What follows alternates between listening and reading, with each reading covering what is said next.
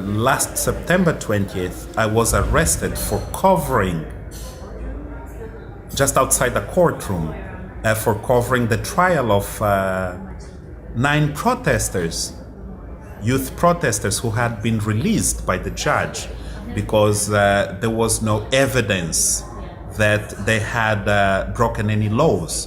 Some of the protesters had been arrested when they were going home, but they had the intention. So they were arrested on the intention of staging a protest.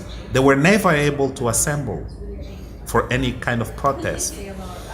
And another man was distributing leaflets of his political party away from the protest site, and he was arrested too.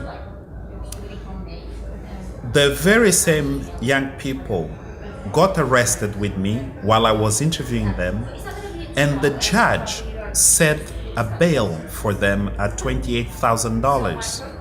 And the judge during the trial did not address the youth, but addressed me in the audience, who was not on trial, and said, "It is your fault and you must pay for the bail, otherwise they'll remain in jail." It's unethical for a judge to do that, but it is Angola. The judges have the authority, as long as it is to defend the regime, to do what they please. So the judge stopped addressing those under summary trial and addressed to someone in the audience, in that case myself, to demand that I pay the bail for those young people. And then I used the social media, because the article was for my website, and I used the social media to raise funds to pay the bail with in partnership with a local human rights organization. And we were able to raise 2/3 of the funds, and then this organization pitched in the rest, and we paid the bail. But that's also where the frontier between being a journalist and an activist blurs, because you need, as a journalist, not only do your job, but to defend the space for free press and freedom of expression. Social media is effectively helping freedom of expression, especially among the youth. They're more able to express themselves through Facebook, which is the largest social media outlet in the country, than they were years before when there was no Facebook. But for the press, it hasn't done much good, because free press, for journalists to be able to practice, they need a structure, and the government has been adamant in destroying any structures of independent journalism in the country, through corruptions, through violence, through coercion, but most effectively through corruption. To give you an example, as an investigative journalist who's been also under trial for the investigations I do in the mining areas, I had my witnesses one of my witnesses arrested just last February, when the witness was traveling with me for a court hearing. So to prevent the witness from giving testimony. And the person who most campaigned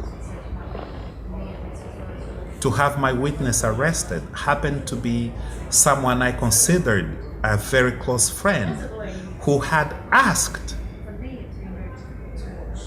to keep the witness in a safe house, when in fact this very same person was negotiating with generals who are prosecuting me, and had received money from them to pay the witness, so the witness would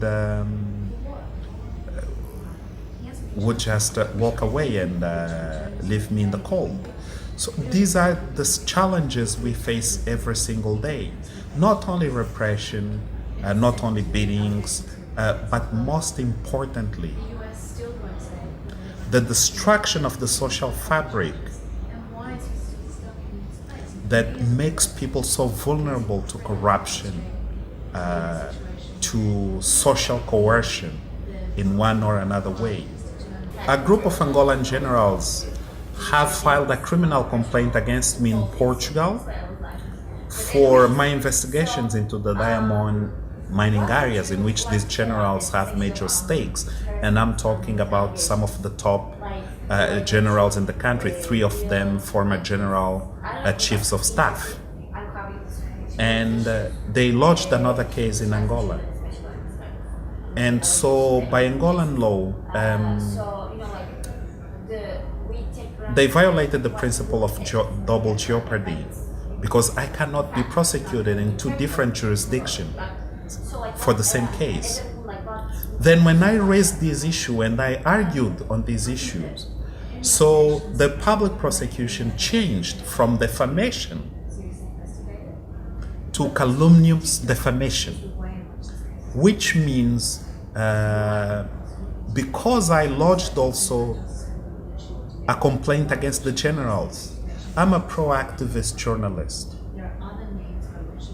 What does it mean? It means that I'm sick and tired of being prosecuted all the time for the truth I tell, and the government can never disprove me. I was arrested once and convicted for defaming the president. I was not allowed to present any evidence in court, and that's how I was convicted. And then I took the case all the way to the UN Human Rights Commission, and I won the case. So now, when the authorities feel they cannot sustain an argument, they change it immediately. The Angolan legislation gives 2 months for the public prosecution to bring up a case. My investigation has taken over a year, and I have not been able to bring up a solid case. So they changed the narrative of the case and the accusation,